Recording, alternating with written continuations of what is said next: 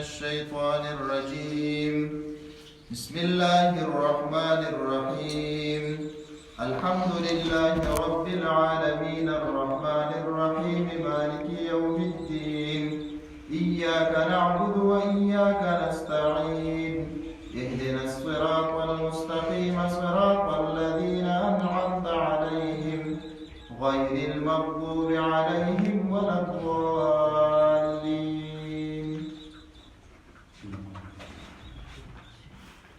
الحمد لله وكفى والصلاة والسلام على عباده الذين اصطفى أما بعد. بسم الله الرحمن الرحيم. Mangutaso kumakalimah Al-Quran ki Dre mabahis kuri Saluram mabahas ki mangsuruku Saluram mabahas da Quran da sahih faham lafara da Qurani Karim da sahih faham lafara dua amra ډیر ضروری دي. اول دا هغه دو امرونو نه د هغو علومو حاصلول دي چې هغه باندې صحیح فهم د قرآن موقوف ده.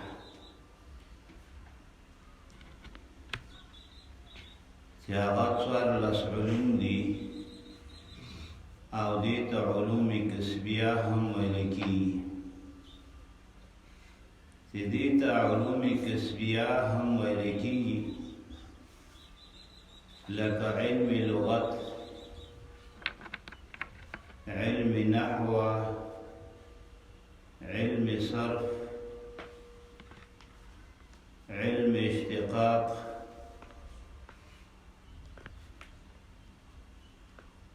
او درې د بلاغت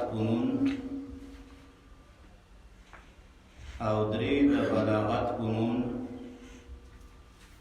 لکه علم معانی،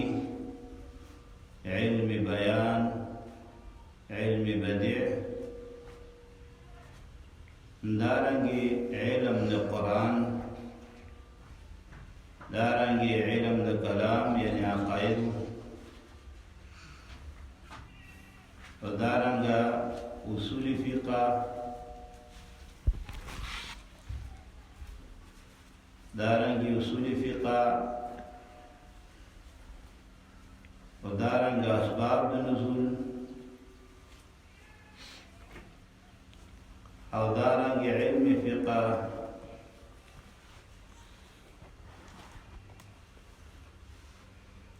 او دارنگی ناسخ و منسوخ یا علم د ناسخ و منسوخ،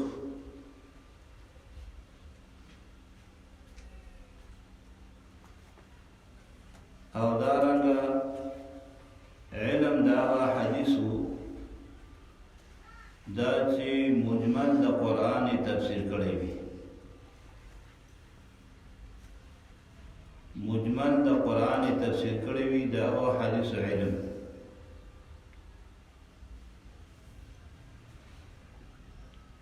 دا څوارلس علوم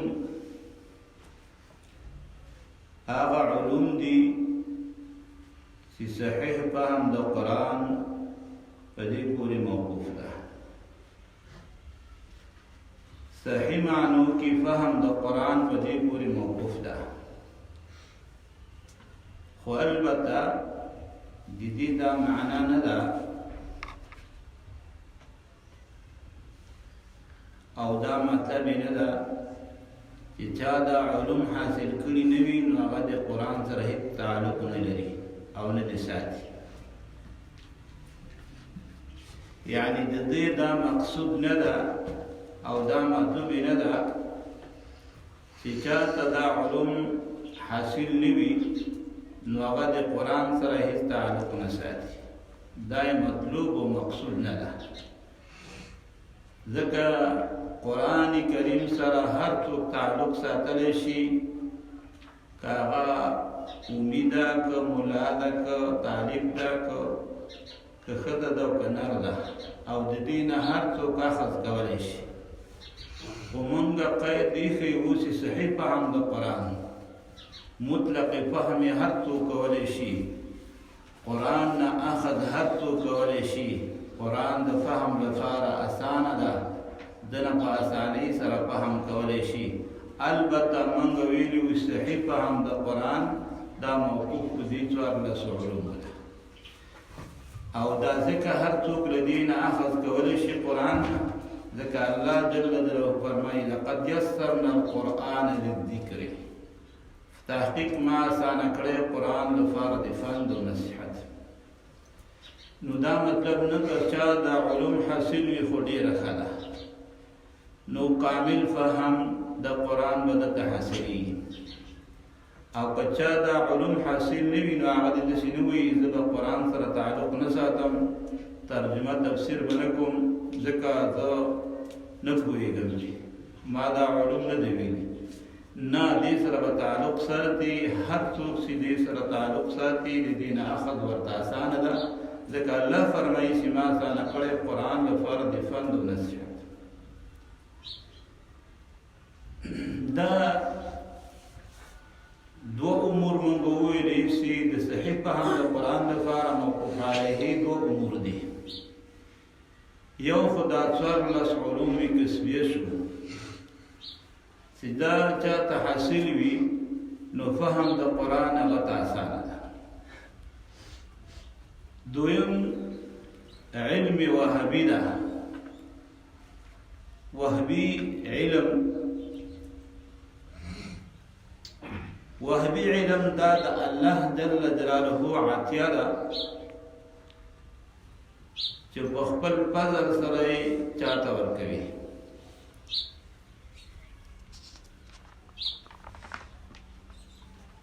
او حدیث شریف کی راضی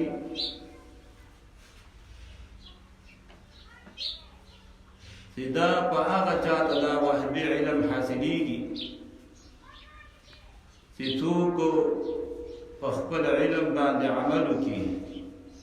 نو الله به داسې علم ورته نصیب کوي چې دی به پرې پوه نه و یعنې مخکې به ورته علم نه و نو هغه علم به الله ورته نصیب کوي نو حدیث کې دې ته اشاره شوې ده چې څوک په خپل علم باندې عمل وکړي نو دا وهبي هغه خاص عطیه ده الله تعالی سیدا دغه علم الله کس ته ورکوي نو حدیث داسې ده چا چې عمل وکړه په علم باندې نو الله به درته پوهه ورکړي ما لم یعلم دا هغه څه چې دی پرې عالم نه ده یا علم وهبي به ورکړي خپل طرف نه به عطایي علم ورکړي عطایي علم به ورکړي علامه سیوطي رحمت الله علیه فرمایي چې دا وهبي علم کوم محال نه ده دا عطایي علم کوم محال نه ده چې تاسو دا ووایئ چې دا به محال او موږ به دا حاصلولی نه شو دا اسانه ده خو وایي کوم شي پورې چې دا موقوف ده هغه شیان ته پوره کړه نو دا علم خپله حاصلېږي لکه دا موقوف په دې باندې داسې علم باندې عمل وکړه او دنیا نه بې رغبتي اختیار کړه علامه سیوطي رحمت الله علیه وایي چې علم باندې عمل وکړه تقوا اختیار کړه او دنیا نه بې رغبتي اختیار کړه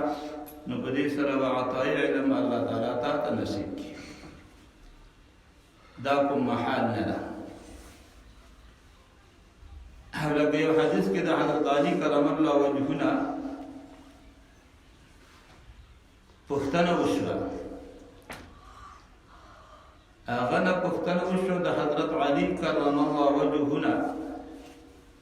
چې تا سره څه کتابت لیکل شته چې رسول علیه السلام تا ته خاص تا ته لیکلي وي تا ته یې درکړي وي نو علي رضی الله عنه ورته وویل چې نه ما سره خاص څه شته نه چې ما ته رسول علیه السلام خاص ویلي وي ما ته لیکلي وي او تاسو سره نه وي مگر دا د کتاب د الله تعالی کتاب د تاسو سره د مون سره ده او بل هغه فهم دا اعطيه الرجل مسلم بل هغه فهم د سی ورکولای شي یو سړی مسلمان ته نو هغه فهم الله را کړی نه علم وهبي عطای علم خاصه د الله تعالی خاصه عطیه د الله تعالی دی علم د کی اشاره ده سی فهم دا اعطيه الرجل المسلم سی ورکولای شي دا یو سړی مسلمان ته نو هغه الله ما ته را کړی د نور ما سره خاص داسې نسته چې رسول علیه السلام دې خاص کړی او ما ته خاص لیکل را کړی وي نو په دې کې د علم وهبي او عطیه عطای علم تب کی اشاره شو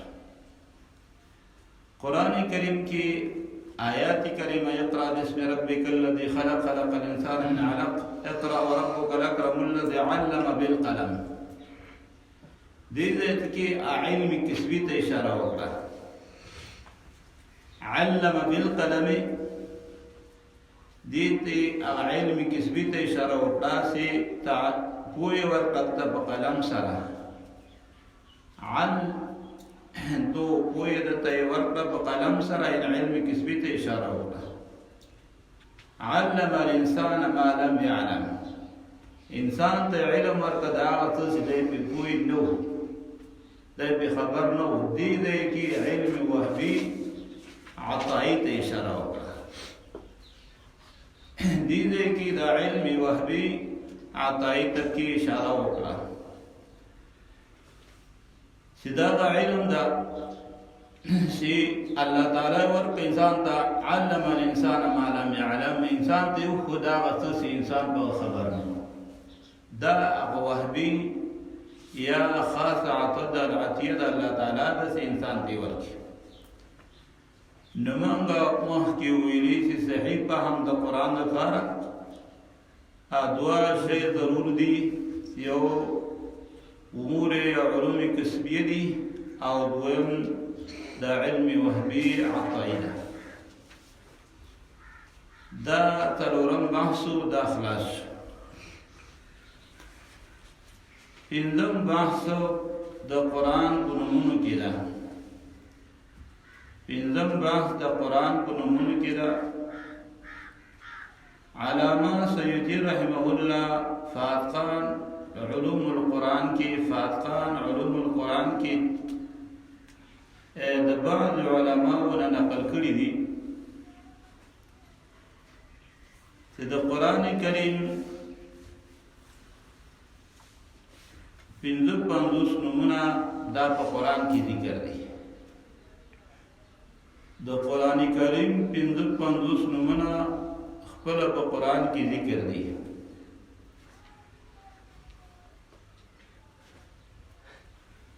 قرآن دا اسم محضر اسم علم او محضره قرآن خپل قرآن دا لفظ دا قرآن اسم علم او محضره او باقی اسماء صفتی دي او باقی اسماء سدي دا صفتی دي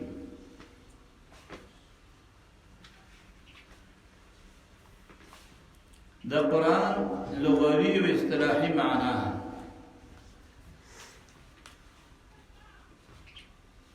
دا قرآن لغوی و اصطلاحی معنی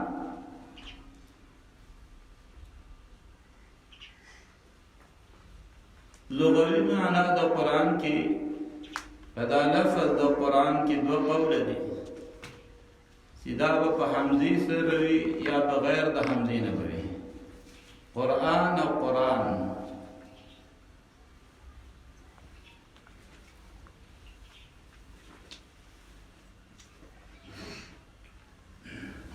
فهمزی سره سی قرآن دا اصح و مشهور ده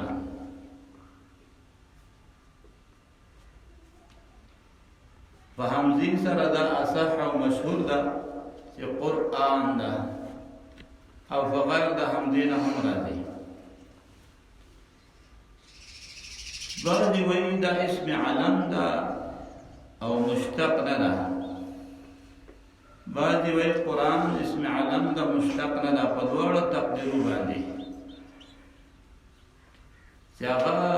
په حمزی سره شي که بغیر د حمزی نشي دا اسم علم دا او مشتق نه ده دا خبر زجاج رحمت الله علیه کړی ده او باندې وی چې دا مشتق ده بیا چې مشتق ده د څه نه مشتق ده دوی وی د قرنتو نه مشتق ده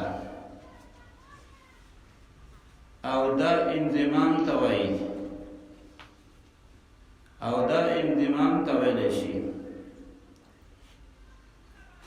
بغیر د حمزینا قرنتو بغیر د حمزینا دا انضمام ته وایي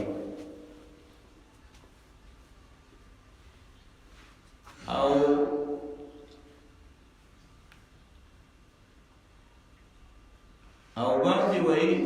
دا د قرائن نه ماخوذ ده سره د حمزینا قرائن نه ماخوذ ده سره د حمزینا قرائن دا په ډېرو معناو سره راځي یو معنی دا د دوو خان چې په یو پورې باندې جمع کړی شي دې ته قرائن ویلی شي دا قول د فرا ده دا قول د فرا ده او چا ویلی دی دا وصف ده یعنی قرآن وصف ده او چا ویلی دی قرآن وصف ده فعلان وزن ده د قرء نه ماخوذ ده نه په حمزې سره د قرء نه ماخوذ ده چا ویلی چې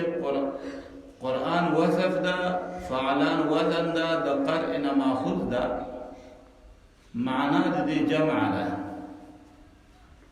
معنا د قرآن جمع ده او دې ته جمع ځکه ویلی شي دی قرآن کے ہم ثمرات کتب جمع دی د ټول کتابونو ثمرات پدې کې جمع دي او یا علوم پدې کې جمع دي قرآن کې علوم جمع دي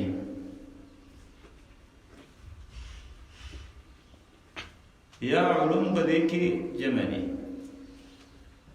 دا د قرآن لغوی معناش د قرآن اصطلاحي تعریف منګه مخکې ویلو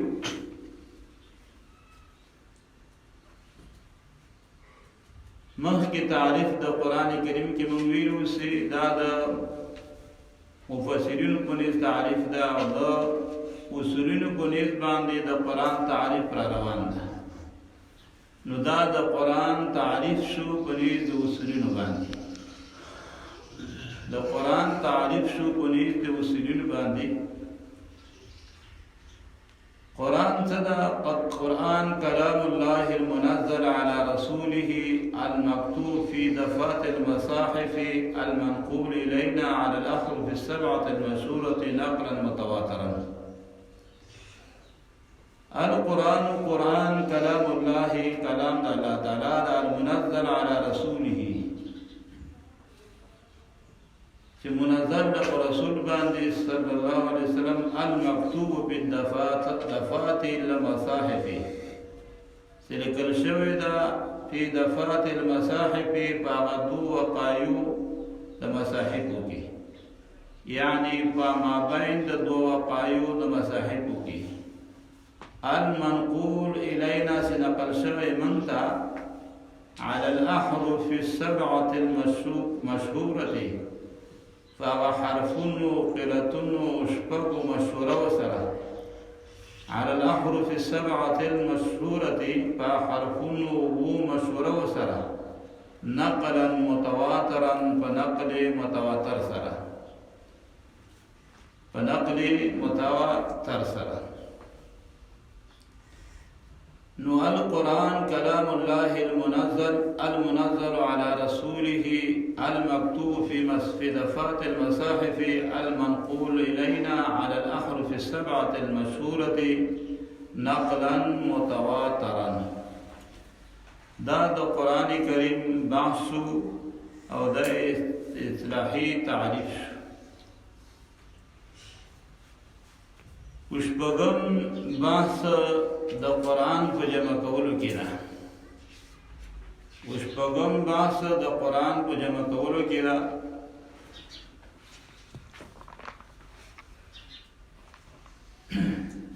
قرآن کریم څو وخت او څو وارې جمع شوی ده. نو قرآن کریم دا دو ځله جمع شوی ده. یو ځل په زمانه د خلافت ابوبکر رضی الله عنه کې په غوښتنه د عمر رضی الله عنه سره جمع شوی.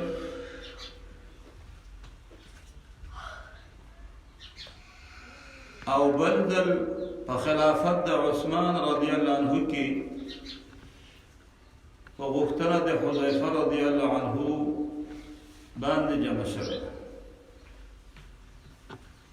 بعض روایتو کې اگر چې راځي چې درې وارې راځي چې درې وارې جمع شوی، چې دوه خدا شو، یو په زمانه د رسول علیه السلام کې جمع شوی. خدا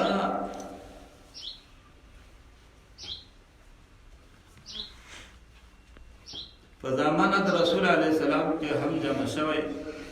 خو دې نه موږ جواب کوو چې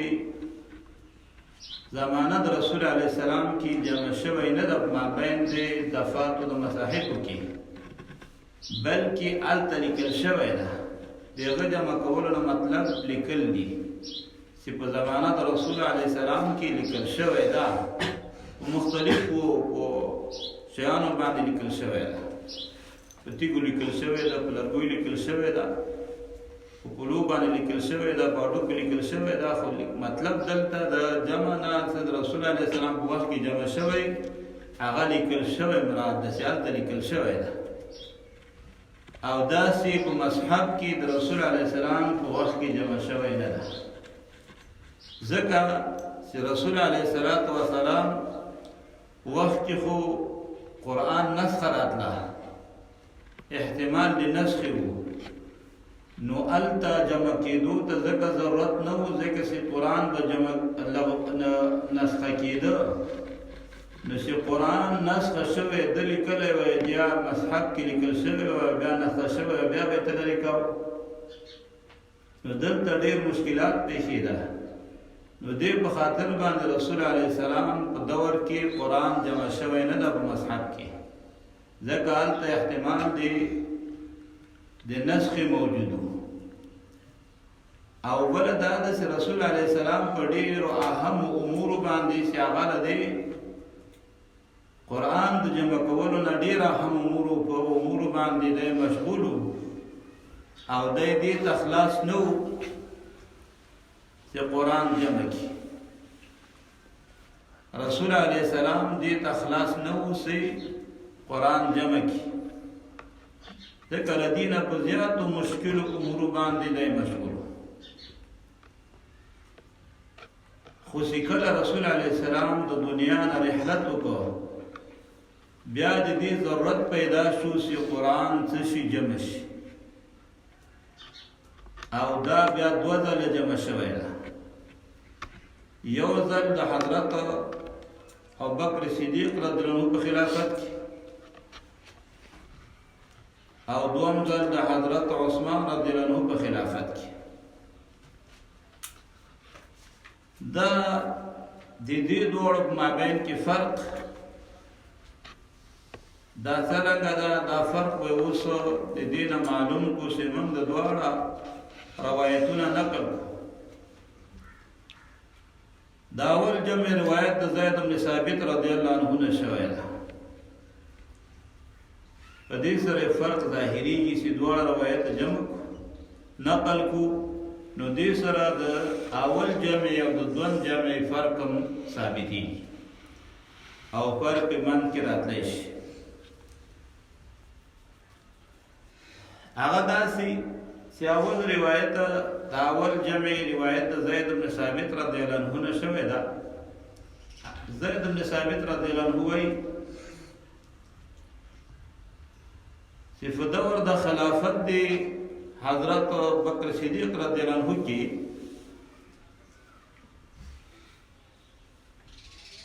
اهل امامه کې 200 قاریان شهیدان شو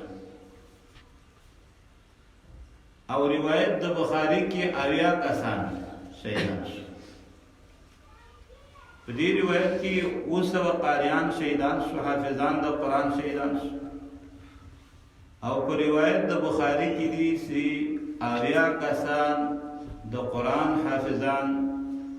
د زمانه د قتل له اهل امامو کې شهیدان شو. مسیلمة الکذاب لعین په دې کې قتل شو. ذکر دا حافظان شهیدان شو نو حضرت عمر رضی الله عنه ته دا غم پیدا شو، دا وسواس پیدا شو چې خدای مکړه دا قاریان حافظان د قرآن دا به شهیدان چې په جنگونو کې او بیا به قرآن له موږ نه ضایع شي. نو باید دا قرآن جمع شي، مصحف کې جمع شي. دی راغی او دا خپله دغه سوچ و فکرې دا خپله اندېښنې حضرت ابوبکر صدیق رضی الله عنه ته وکړه او هغه ته وویل چې باید ته قرآن جمع کړي. حضرت ابوبکر صدیق رضی الله عنه ورته ویلي چې ته به څنګه یو داسې کار وکړي چې رسول علیه السلام کړی نه ده او ته به یې وکړي. عمر رضی الله عنه بیا دا ورته ویلي چې والله فيه خیر، چې ما د قسم مې چې په دې کې خیر ده او په دې جمع کولو د قرآن کې خیر ده. ته سوچ چې وکړه په دې کې خیر ده. بیا یې حضرت ابوبکر صدیق رضی الله عنه ته دا وینا کوله تر دې چې د ابوبکر صدیق رضی الله عنه شرح صدر الله وکړه او دا صحابه ورته یو الهام و چې دې قرآن جمع کړي او د دې ضرورت نو شرح صدر د ابوبکر رضی الله عنه شوه. هغه هم دا رایې شوه چې یاره قرآن جمع کړو. حضرت ابوبکر صدیق رضی الله عنه زید بن ثابت رضی الله عنه ته کس ولېږه او ورته ویلي زید بن ثابت رضی الله عنه ته چې ته په زمانه د رسول علیه السلام کې کاتب د وحی وې، رسول علیه السلام پتا اعتماد کړی و او ته ځوان سړی او ټول قوای دي قوي دي ضعیف نه دي او متهم په دروغو هم نه او متهم په نسیان هم نه، تا نه به تیر شي. ته لاړ شه راوچت شه دا قرآن تفتیش وکړه، دا قرآن راجمع کړه په مصحف کې. حضرت زید بن ثابت رضی الله عنه هغه ویل هغه وایي چې ما د قسم په خدای چې ما ته یې ویلي وای چې دا غر نقل که دا به ما ته اسانه وای، خو دا راته سخت و چې زه قرآن جمع کړم ځکه چې دا رسول علیه السلام نه ده کړی او موږ یې کوو. خو یې په بیا وینا د ابوبکر رضی الله عنه سره زید بن ثابت رضی الله عنه دا رایې شوه چې قرآن جمع کړي. زید بن ثابت رضی الله عنه دا قرآن د دې پوستکو نه د سپینو تیږو نه د لرګوي نه د هر څه نه راجمع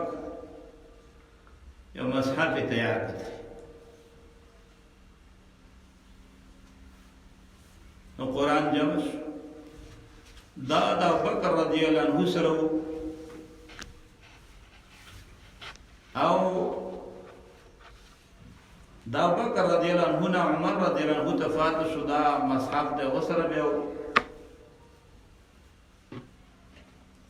او چې عمر رضی الله عنه وفات شو بیا د حضرت حفصه رضی الله عنها سره دا روایت د اول جمعي چې د زید بن ثابت رضی الله عنه نو د اول جمعي ده د دومي جمعي روایت د حذیفه رضی الله عنه نه ده حضرت حذیفه بن یمان رضی الله عنه نا روایت ده دی زمانه د حضرت عثمان رضی الله عنه کې راغی خلق ولید سی خلق بعد د ابی بن کعب رضی الله عنه په قرات شیو بعد د ابن مسعود رضی الله عنه قرات شیو بعد د ابو موسی رضی الله عنه قرات شیو یعنی چا یو قرات خو کړیو او چا بل قرات خو کړیو چا بل قرات دا رنګینو او تر دې پوری سی بیا د دیو قرات والا بل قرات والا ته بدرد وی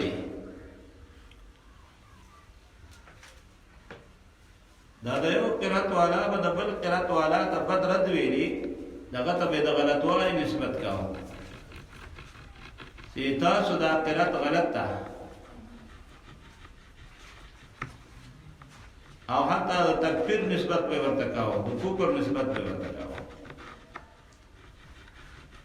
نو حضرت حذیفه رضی الله عنه سره دا غم پیدا شو سیدا سینا سیدی مابین کې اختلاف راشي دي امت مابین کې اختلاف راشي په قران کې سره مختلف شي په قراتونو کې سره مختلف شي راغی حضرت عثمان رضی الله عنه ته ویلي ګور دا امت را پیدا کړي دي امت غم خورا مخکې د دین سیدا د يهود او نصارا په شان په خپل کتاب کې اختلاف دي ته دوی غم خورا دا قران را جمع کا په یو لغت را جمع کا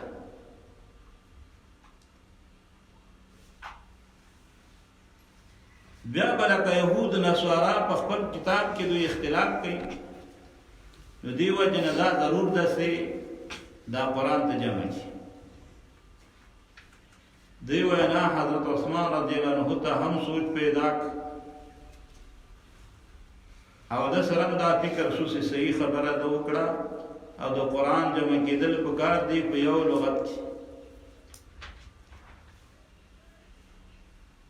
نو چا سي ثابت جمع کړي زید بن ثابت رضی الله عنه د دې ته څوک ولېګل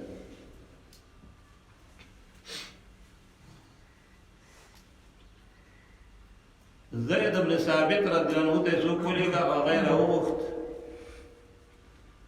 او ته ویلې چې ته قرآن ولیکي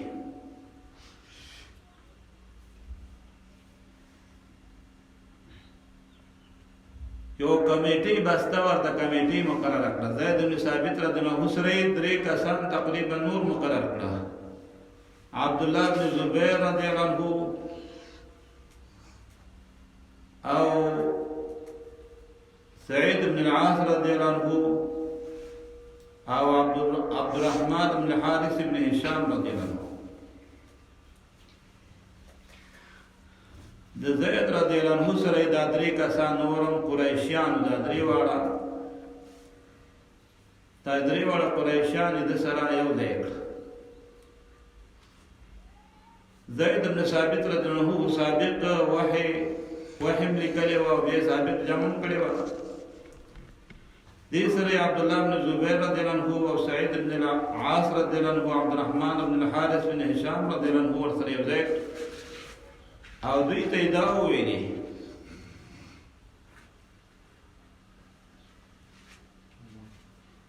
چې تاسو دا قران جمع کړئ او هغه نسخه سي حضرت حفصه رضی الله عنها سره غیر او وخت غته سو کولی کله غیر او وخت هغه ته ویل چې کله موږ دا قران ولیکو مصحف کې نو بیرته وتا خپل نسخه وایي نو هغه ته راوړ او دې خلکو ته حضرت عثمان رضی الله عنه ویلي چې تاسو کې اختلاف راغی د زید بن ثابت رضی الله عنه سره په لغاتو کې نو بیا به په د قریشو په لغت باندې لیکي اول هټول د قریشو په لغت باندې لیکي خو بیا هم اختلاف راغی په کوم وخت کې سیدا په دې لار په مقنع قلنا نو تاسو به بیا په لغت د قریشو سره لیکي نو هغه اوس بیا مصحف تیار کړ په قریش د لغت باندې لغت د قریش سره تر نن پورې دا نسخې را روانې دي چې د قریش لغت ته او نور لغتونه یې ترې لرې کړل او اختلاف په دې وجه باندې الله ختم دا د قرآن د جمع کولو دوه وارې جمع کېدلو واقعه تاسو وویلې دا مبحث شپږم مبحث د قرآن په جمع کولو کې اووم مبحث د قرآن مضامین دي اووم مبحث د قرآن په مضامینو کې ده اووم مبحث د قرآن د مضامینو په بیان کې ده چې قرآن کې څومره مضامین بیانېږي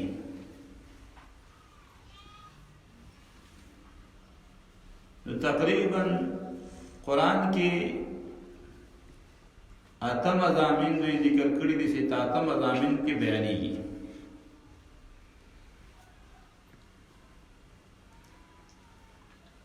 اول توحید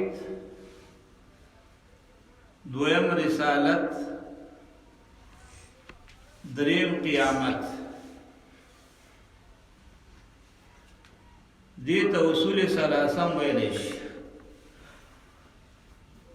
دیتا اصول ثلاثه هم ویلی شي توحید رسالت او قیامت تا اصول ثلاثه هم ویلی شي څلورم تخویف پنځم بشارت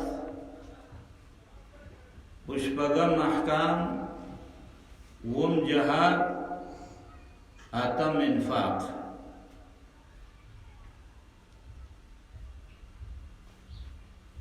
پنځم بشارت سو شپږم احکام وم جهاد اتم انفاق د دې مضامینو په خپل مابین کې ربط او مناسبت هغه دا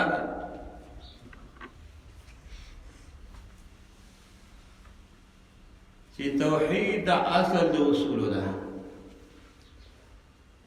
توحید د اصل د اصول ده دویم رسالت مبین د توحید ده رسالت مبین د توحید ده بیانون کې د توحید ده او قیامت لپاره د جزا او د سزا ده او تخویب لپاره د نه منونکو ده او بشارت لپاره د منونکو ده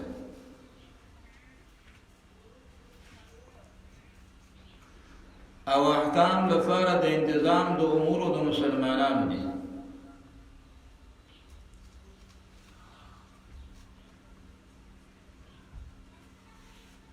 او جهاد لپاره د اعلان د توحید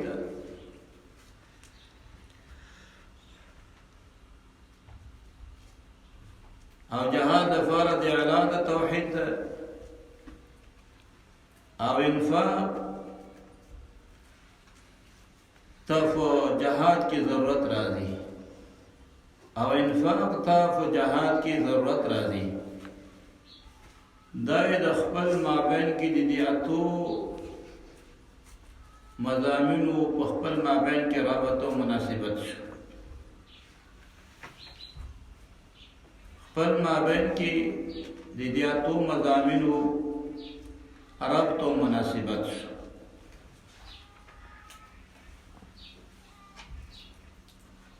اوله مسله د توحید ده.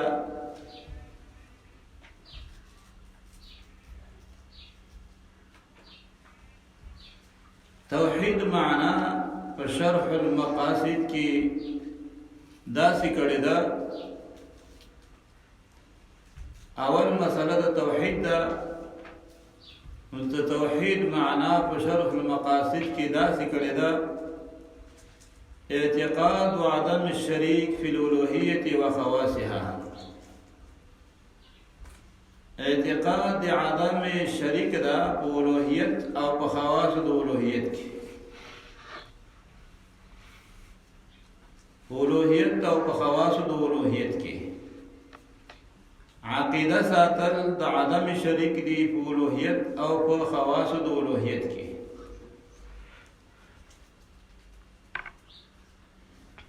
توحید دا مصدر د باب تفعیل نه ده. کله لپاره د ایجاد ماخذ اشتقاق راځي، کله راځي لپاره د ایجاد د ماخذ الاشتقاق، لك كسرته قطعته.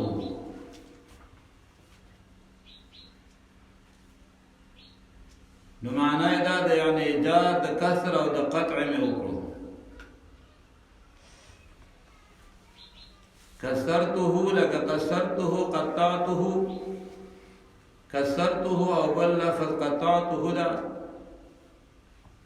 معنی ده یعنی ایجاد د کسر او د قطع مې وکړو. پدغه شي کې ایجاد د کسر او د قطع مې وکړو. پدغه شي کې نو دا په معنا د ایجاد د ماخذ الاشتقاق سره شو. دوم معنا د توحید باب تفعیل. دویم دا باب تفعیل کله راځي لپاره د انتصاب د ماخذ الاشتقاق، او کله راځي باب تفعیل لپاره د انتصاب د ماخذ الاشتقاق. لك فسقته یعنی نسبت د فسق می وکړو فلانی ته. فسقته نسبت د فسق می وکړو فلانی ته. نو دا بل معنا شو د باب تفعیل. دلته توحید کی دا دوما معنا مراد ده. دلته باب تفعیل لپاره د انتصاب ده. دلته باب تفعیل لپاره د انتصاب ده، یعنی نسبت د یوالي او موقو، نسبت د یوالي مردو او د انتصاب نه مطلب سے انتصاب عقلی ده چې هغه عقیده ده.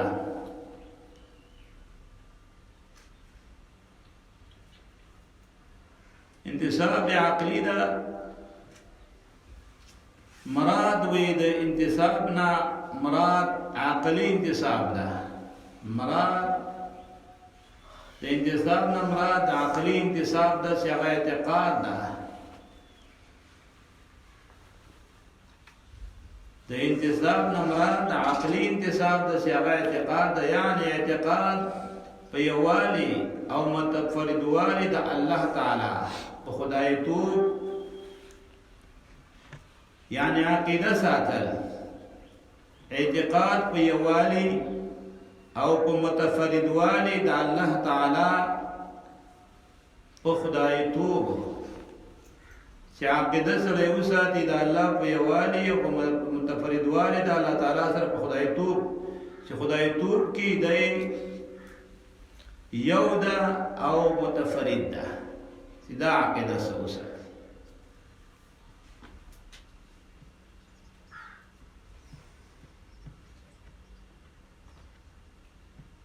نو اعتقاد يعني اعتقاد په یووالي او متفرد والي د الله تعالی په خدایتوب او په خواصو د اولوهیت کې چې دی تنها ده متفرد ده او یو ده په خواص د اولوهیت کې هم چې هغه صفات د اولوهیت دي چې هغه صفات د اولوهیت د خدایتوب دي لکه په خواصو د اولوهیت کې هم دا متفرد یو چې هغه صفات اولوهیه هغه ته صفات اولوهیه هم ویلی شي یعنی صفات اولوهیه د اولوهیت په صفاتو کې الله واحد او متفرد ده یو او متفرد ده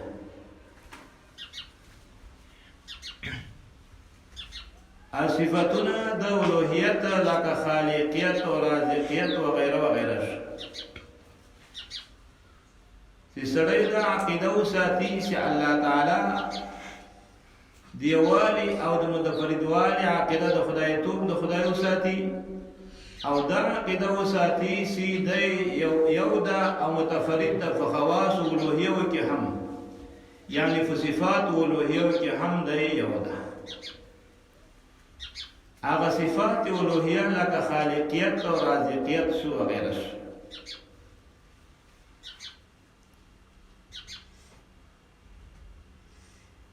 نو مطلب د توحید نه هغه د الله تعالی د یووالي او د متفردوالي عقیده ساتل ان اعتقاد په یووالي متفردوالي د الله تعالی په خدایتوب باندې چې د په خدای باندې د یووالي عقیده ساتل او دا رنګه د په صفاتو باندې د یووالي چې دا صفات یوازې د ثابت دي او بل چاته ثابت نه دي دا د توحید معنا شو عقیده دې ساته بیا د توحید لپاره په قران کریم کې درې قسم دلایل بیانېږي د توحید لپاره په قران کریم کې درې قسم دلایل بیانېږي عقلی دلایل نقلی دلائل او وحی دلائل عقلی دلائل نقلی دلائل او وحی دلائل بیا عقلی دلائل بسبیله د اعتراف سره عقلی دلائل بسبیله د اعتراف سره بل عقلی محض دی عقلی محض دی بیا دا عقلی محض انفوسی دلائل نفسی دلائل سی ورته د خپل نفس نه او افاقی دلائل بل افاقی دلائل دی افاقیو کی علوی جوی او سفلی دلائل علوی جوی سفلی دا عقلی دلائل دی ټول نقلی بیا په دوه قسم دي نقلی دلائل بیا په دوه قسم دي اجمالی او تفصیلی تفصیلی په خپل کور کې بیا په شپږ قسمه بیان کړي دي د انبیاء او سابقینو نه دلیل نیول شوی وي دویم د مؤمنانو سابقینو نه دریم د جنتونو نه دلیل څلورم د کتبو سابقه نه دلیل پنځم د ملائکه نه دلیل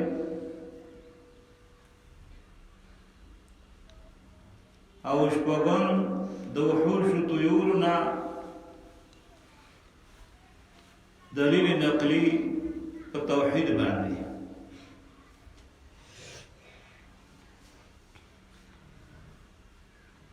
نو مجموعه اقسام د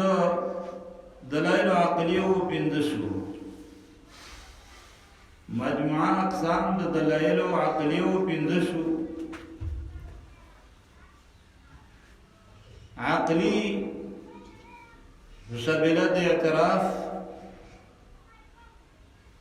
یو عقلی محض دوا افاقی علوی دری جوی تلور سفلی پینزه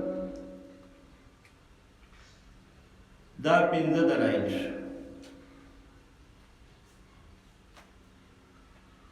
مجموعه اقسام د نقلی دلائل وشو یو نقلی اجمالی او شپږ تفسیری دي یو نقلی اجمالی او شپږ تفسیری و ذکر شو مخکې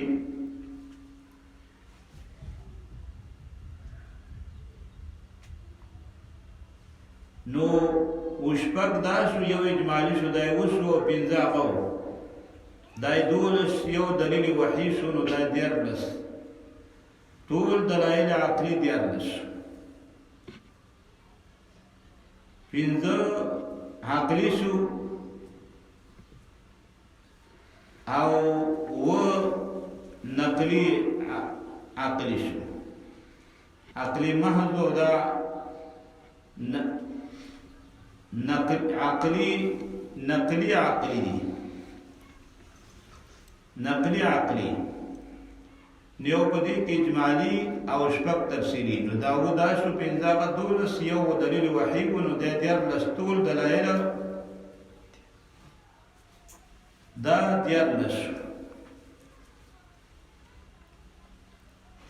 ټول دلایل دا دیارلس پنځه کې عقلی شو و نقلی او یو وحی نو ټول دلایل دیارلس اوس بل خبره دا کو لکه قران کریم کې څنګه اثبات توحید کیږي په دلایل سره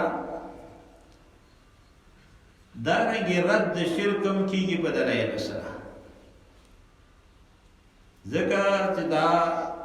شرک سیدا دا ضد توحید ده نو په قران کریم کې د یولسو قسمونو د شرک دفع کی د یولسو قسمونو د شرک دفع کی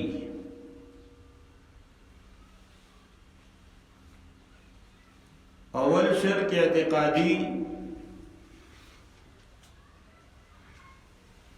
دویم شرک فی العبادت دریم شرک فی الدعاء تلورم شرک فی العلم پنځم شرک فی البرکت او شپږم شرک فی الخوف اوم شرک فی الرجاء اتم شرک فی المحبت نهم شرک فی التسمیہ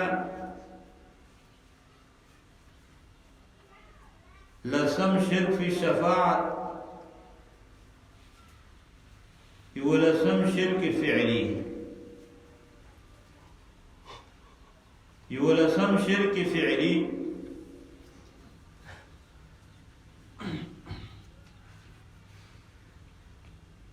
دا یولس قسم الشرک دفع په قران کریم کې دی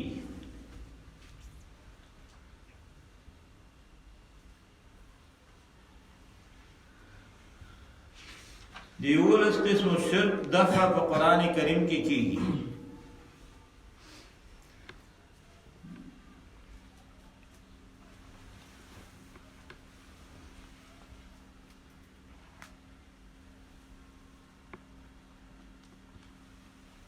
بل دا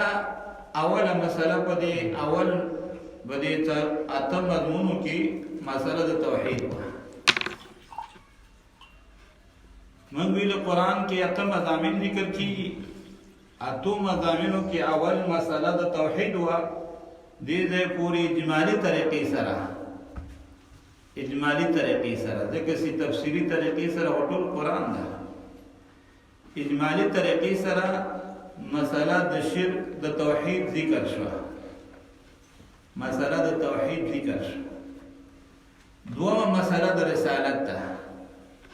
دوم مضمون چې قرآن کې ذکر کیږي مضمون د رسالت ده.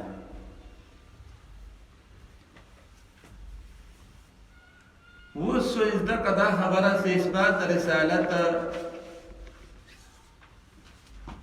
په مختلفو وجوه سره کیږي.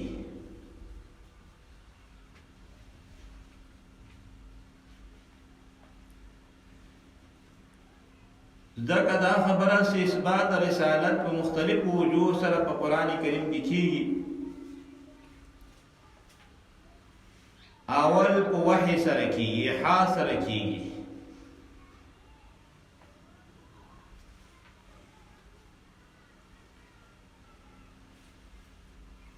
اول اثبات رسالت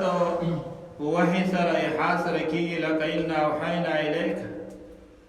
کما اوحینا علی نوح والنبیین من بعده.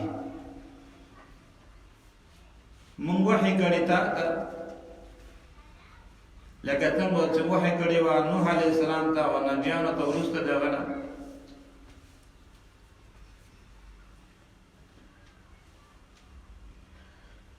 نو دې سره اثبات د رسالت دلیل وحی سره اثبات د رسالت شو.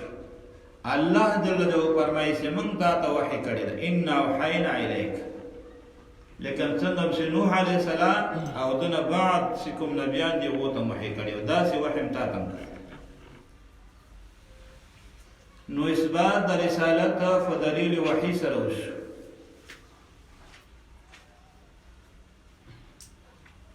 او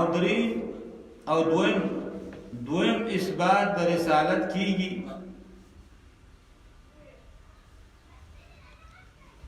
په اخبارو د امور ماضیو سره.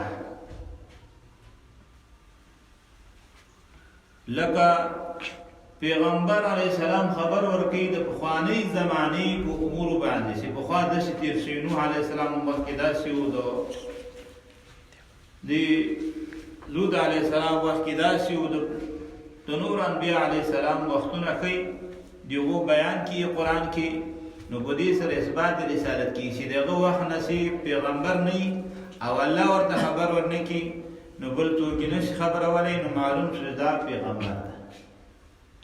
نو دوم دلیل په اثبات د رسالت د رسول الله صلی الله علیه وسلم باندې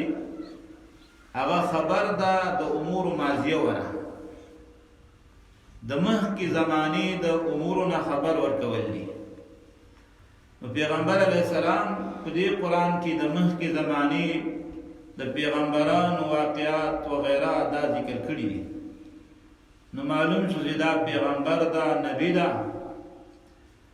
علم غیب یوازې الله سره ده، او چې دی د مخکې زمانې خبر ورکړي، نو معلوم دا شو چې دا د الله پیغمبر ده او الله ته خبر ورکړي. نو دا بل دلیل شو ان انباء ان خبر د امور ماضیونه، دا دلیل د اثبات رسالت دوم دلیل شو. دریم دلیل د اثبات رسالت امور یاتیه دي. راتلون کې امورونه پیغمبر علیه السلام خبر ورکړی ده چې راتلون کې زمانه کې به داسې کېږي، داسې واقعات به منځ ته راځي. نو موږ ویل علم غیب دا خاصه د الله ده. نو چې رسول علیه السلام د راتلونکي امورونه خبر ورکوي، نو دا دلیل په دې باندې چې دی پیغمبر ده، الله جل جلاله ته خبر ورکړی. نو دا دلیل په اثبات د رسالت شو. دریم دلیل په اثبات د رسالت شو.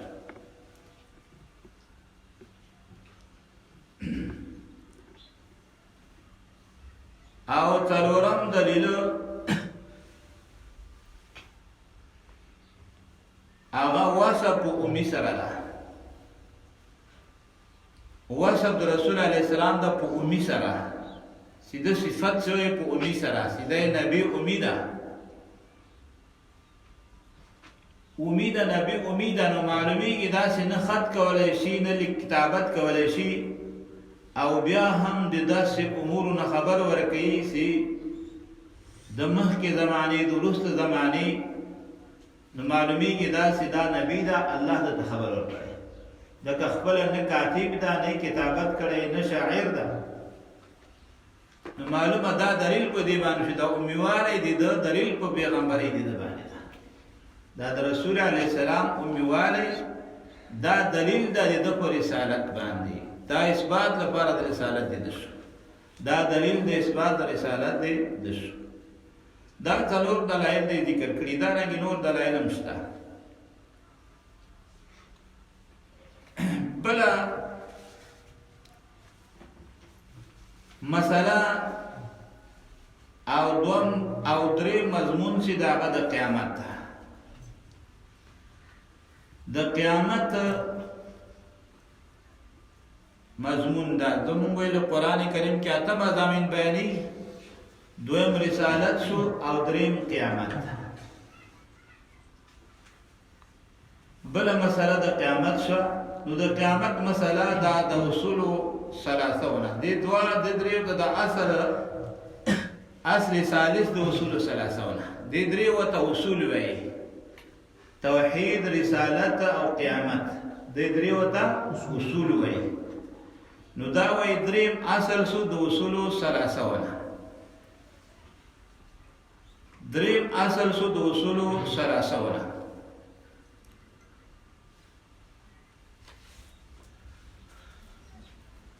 قیامت دریم اصل شو د اصول ثلاثونه، دا د ضروریاتو د دین نه ده.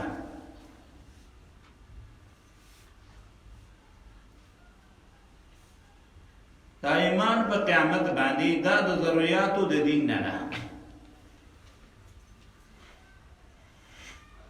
او ایمان په قیامت مدار د نجات ده، او ایمان په قیامت دا مدار د نجات ده.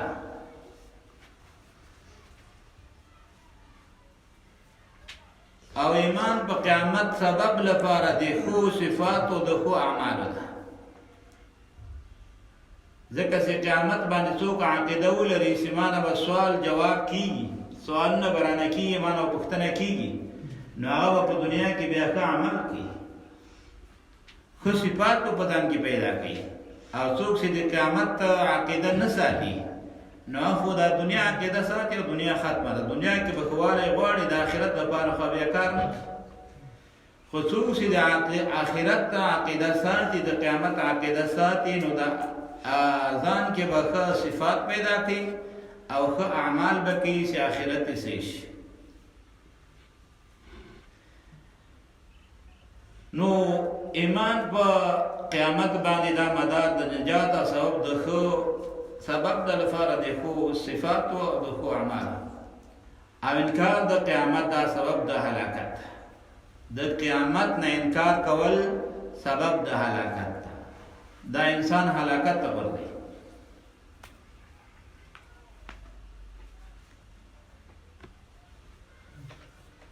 د قیامت نه تعبیر شوی په قرآن کریم کې په 15 اسماء سره. د قیامت نه تعبیر شوی په قرآن کریم کې په 15 اسماء سره. اوروس تبراش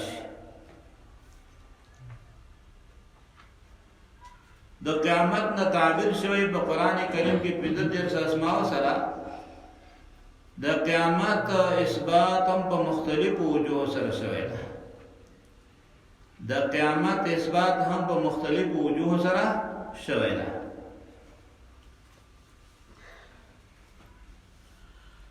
لکه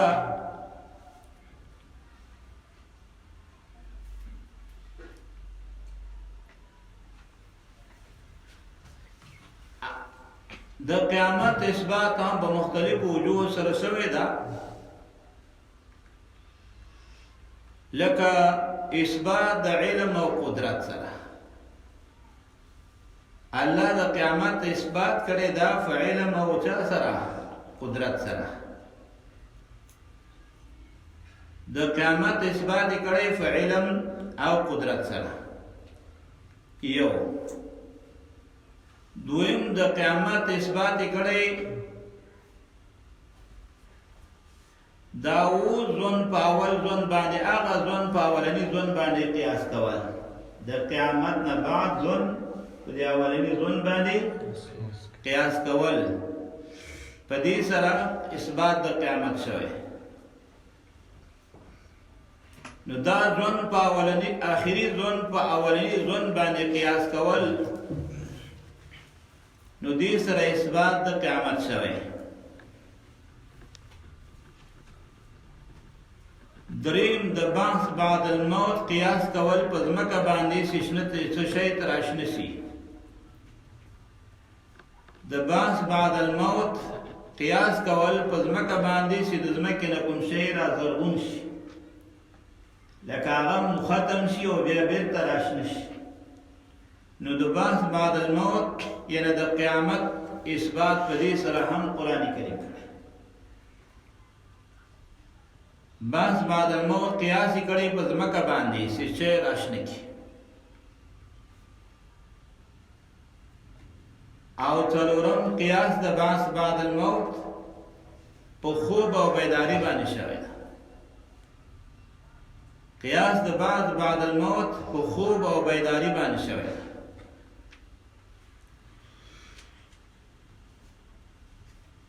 او پنځم قیاس کول د بحث بعد الموت په بعضی ناشنا واقعاتو سره اثبات د قیامت شوی دا په قیاس کولو د بحث بعد الموت په بعضی ناشنا واقعاتو سره او شپږم اثبات د قیامت شوی دا د اثبات د بحث بعد الموت شوی دا فقسم په ذات خپل باندې الله اثبات جل جلاله اثبات د قیامت کی په قسم سره په خپل ذات باندې قسم خوري او اثبات د قیامت کی دیو شپږو دلایل سره اثبات د قیامت شوی دا رنګ نور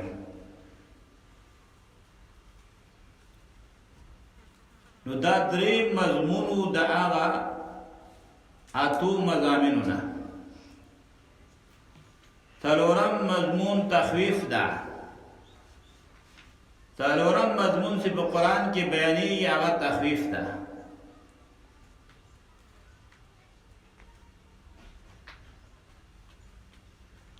تخویف دا دوه قسمه ده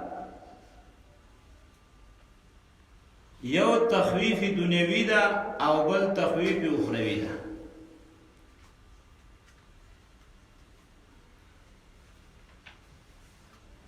یو تخویف دنیوی ده او بل تخویف اخروی ده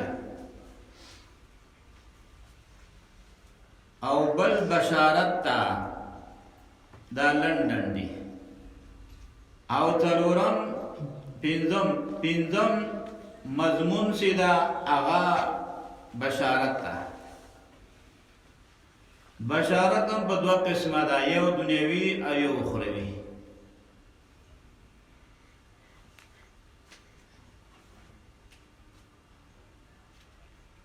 یو دنیوي ده او یو اخروی ده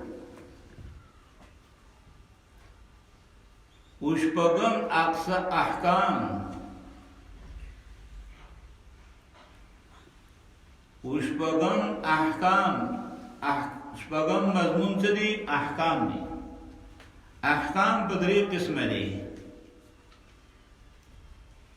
تهذیب اخلاق تدبیر منزل سیاست مدنی اول تهذیب اخلاق د سړی خپل اخلاق خپل ځان چې ودا راوړي دا شریعت او دا دین او دا قرآن په خپل ځان کې راوړي بیا تدبیر منزل دا پکور کې به راوړي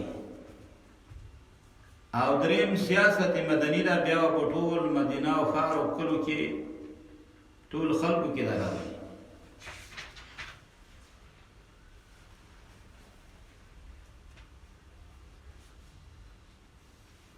شپږم احکام شو، شپږم مضمون، اوم مضمون جهاد شو. جهاد ځان قربانول د الله په لار کې لپاره د اعلا د کلمت الله. جهاد ځان قربانول د الله په لار کې لپاره د اعلا د کلمت الله. بیا جهاد په دوه قسمه ده، یو اقدامی جهاد او یو دفاعی جهاد ده. اقدامی جهاد دا چې په کافرو باندې حمله وکړي، هغوی ته داسې ویلي نه دي. او بل دفاعی جهاد ده. دفاعی جهاد دا چې کافر په تا باندې حمله کړي او ته له ځانه دفاع کوي، دا دفاعی جهاد ده. لکه په افغانستان کې اوس دفاعی جهاد ده، په موږ باندې کافرانو حمله کړي، موږ ایله دومره کوو چې خپل ځان نه دفاع کوو. دومره تکړه نه یو چې په کافرانو حمله وکړو، بل ورته دې کافرانو ملک ته لاړ شو، په هغوی باندې حمله وکړو. هغوی په موږ حمله کړې، موږ د خپل ځان نه دفاع کوو. او اتم مضمون هغه انفاق ده.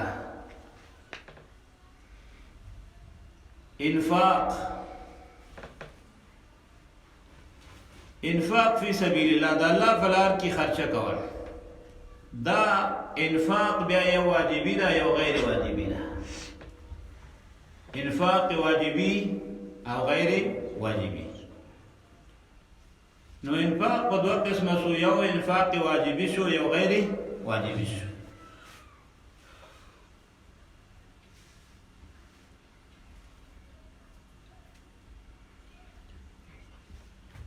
نو دا هم بحثو پاتو مضامینو د قرآن کریم کې، دا هم بحثو د قرآن کریم د مضامینو کې چې په قرآن کریم کې کوم مضامین بیانېږي چې هغه اته مضامین دي، اجمالاً دې ځای پورې وشو. دغه لږ څه یو څو اجمالي خبرې موږ تاسو په دې کتاب کې وکړې. قرآن کریم کې دې نه مخکې الله دې په دې باندې د عمل کولو توفیق راکړي او د یادولو. وآخر دعوانا